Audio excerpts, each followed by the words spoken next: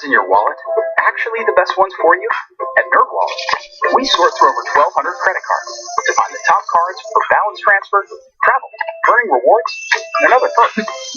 Using your unique info to narrow the search, NerdWallet makes it easy to find credit cards that work harder than the ones you have now. Stop missing out. Visit nerdwallet.com to find the cards that are made for you.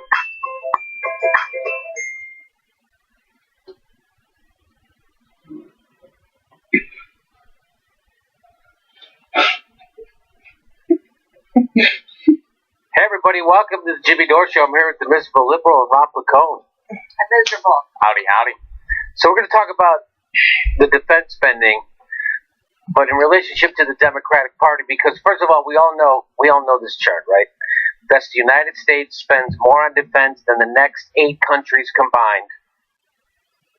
Look at that. We spent $611 billion.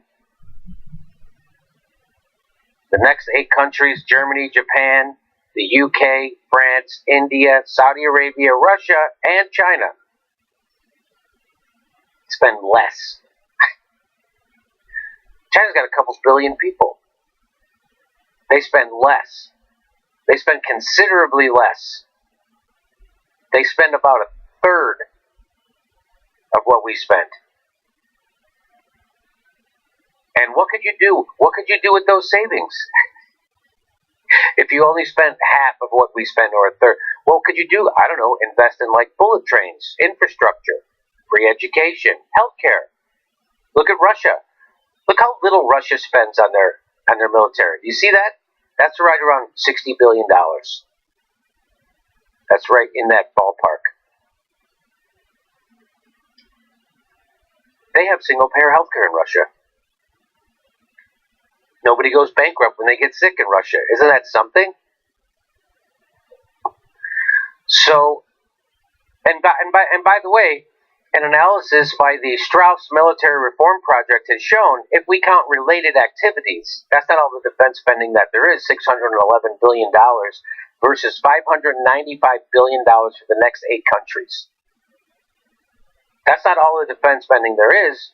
According to analysis by the Strauss Military Reform Project, if we count related activities like Homeland Security, Veterans Affairs, nuclear warhead production at the Department of Energy, military aid to other countries, and interest on the military-related national debt, that figure reaches $1 trillion a year that the United States is spending on military. Holy F. And you know what's also fun? And you never hear, there's nobody running for office saying we got to cut military spending. We got to reinvest that money back at home. We're failing like all great empires fail. We're overexpanding militarily. We're an imperialistic power.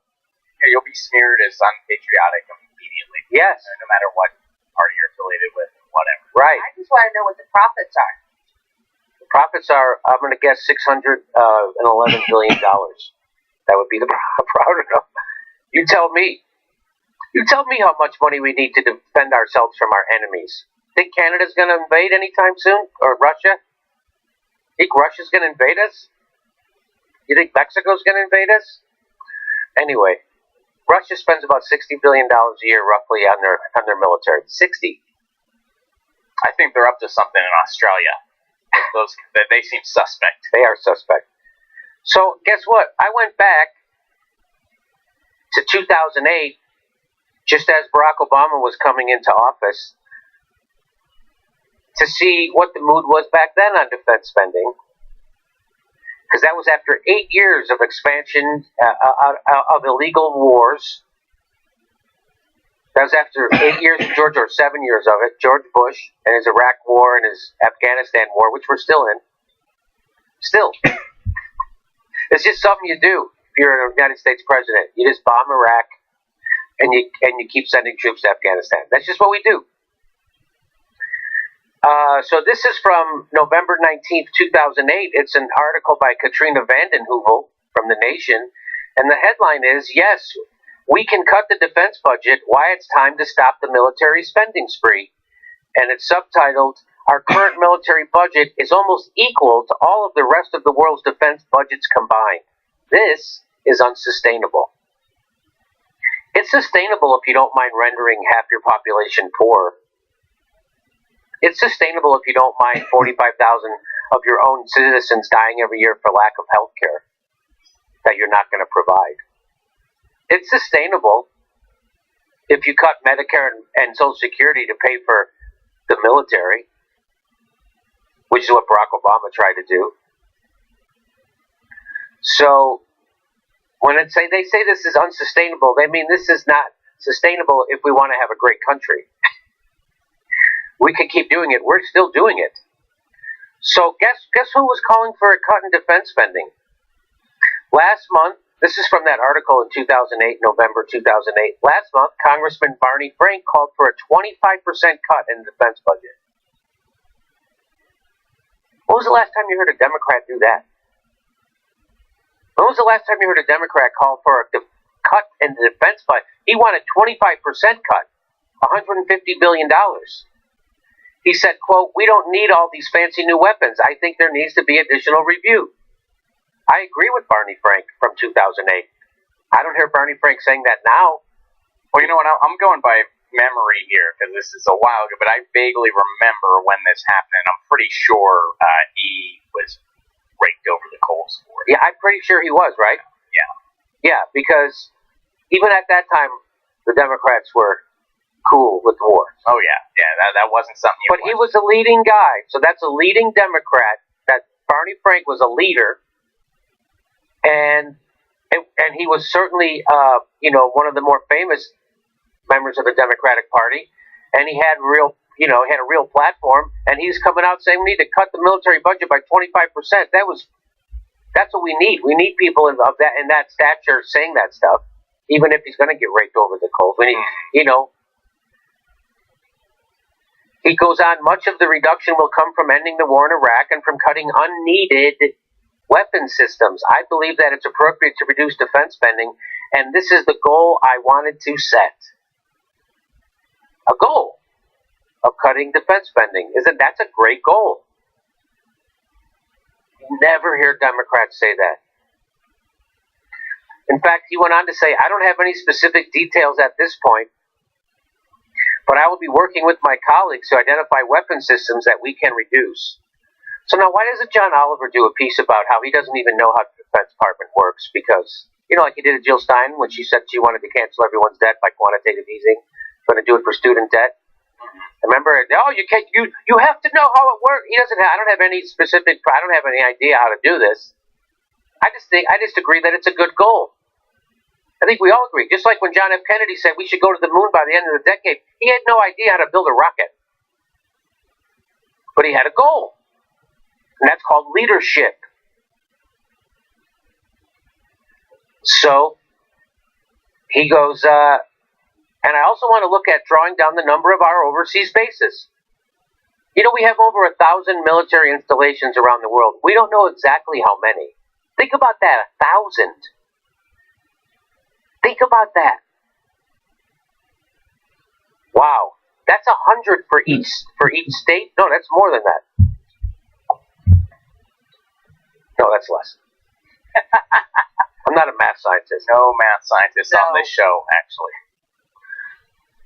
So think about that. They have 1,000. They don't know exactly. It's over 1,000 military, but some people say 800. I've seen where they say 1,000, but no one really knows for sure because a lot of them are secret. So they don't count them. Think about that. God damn it. 1,000. And you think we're safer because of that?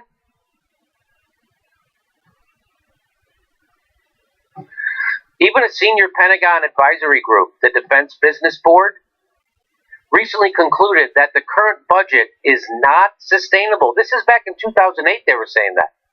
In 2008, the Defense Business Board, a Pentagon advisory group, was saying that their defense spending was not sustainable. It turns out if you're willing to let your country be decimated, we're still spending $611 billion. That's just what they show on the books. I showed you it's over $1 trillion. Yet they still have leaded water in Flint, Michigan, and lots of other places in the country. Isn't that weird? And according to the Boston Globe, Pentagon insiders and defense budget specialists say the Pentagon has been on a largely unchecked spending spree since 2001 that will prove politically difficult to curtail, but nonetheless must be reined in. It wasn't reined in. It was politically difficult to do so. That's why it wasn't reined in. I don't even know if anyone tried to rein it in. I don't think anyone's trying to rein in the defense budget. In fact, they're falling over each other trying to expand it. The Institute for Policy Studies, the IPS, and its Foreign Policy in Focus, FPIF, network of progressive experts, also released a report last year, I guess this is 2007, called Just Security, which details how $213 billion could be cut from U.S. military spending. That would pay for everyone's college about 5 times over. Yeah. Yeah. So you could get half a decade of free college for everybody in the United States just by cutting that from the budget 1 year. Go ahead, Ron. Well, I'm also curious. I wish there was more transparency on where exactly this budget was going. I mean, when Sam Ronan was on the show, he told us how, if your boots, when you were a soldier, if your boots get ruined, you're paying for those boots out of your own pocket. Right. The people that are putting their lives in danger that probably don't want to be there in the first place, but were crushed by an economy that forced them to join up, they're dipping into their own pocket to have the proper attire that they need. Meanwhile, we have this ridiculous budget. Where's all of it going? Where's that money going?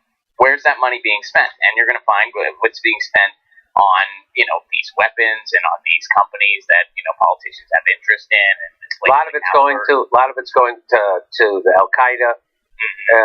We're training our enemies and terrorists. A lot of it.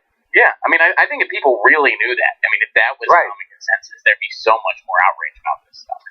There would be outrage about it if anybody in the media was outraged about it. But the people in the media aren't allowed to be outraged about it because they work for giant corporations who don't want them to be outraged about it.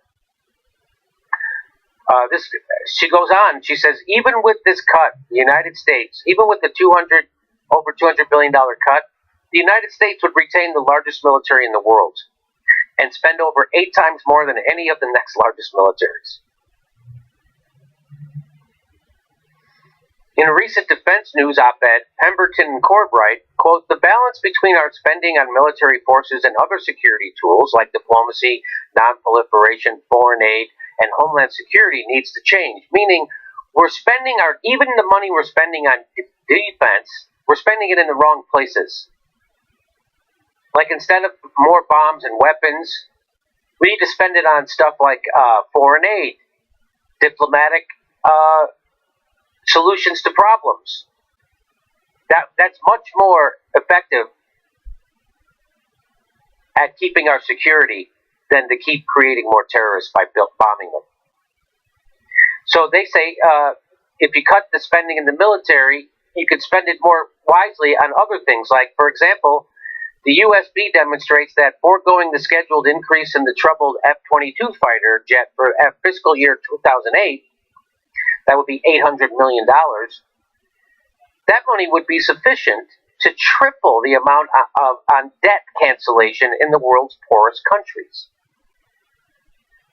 So what do you think makes us, so we stabilize other countries, we relieve their debt, we make them less likely to be infiltrated by terrorists, we make them more likely to avoid wars. So that's another way to spend that $800 million. You could spend it doing debt cancellation for the world's poorest countries. Or you could increase by 50% United States contribution to international peacekeeping operations. Or you could triple the amount allocated in fiscal year 2007 for domestic rail and transit security programs. Let's remember that when they built the interstate highway system, that was a defense project. That was a defense project. That was so we could move our missiles all around. And that's how it was sold. We all know it was a big boon to our economy. But you couldn't sell it like that. You had to sell it. You had to scare the shit out of people first. Along the same lines, canceling the Bush administration's initiative to build offensive space weapons could provide the $800 million needed to double the originally requested annual budget for the State Department's Office of Reconstruction and Stabilization. They have an office called the Office of Reconstruction and Stabilization. So we could invest in that, or we could buy weapons to put in outer space. So do you see, so this is back in 2008, Katrina Vanden Heuvel pointing out the unbelievable need to cut the military budget and how much better that money could be spent, and that it's unsustainable.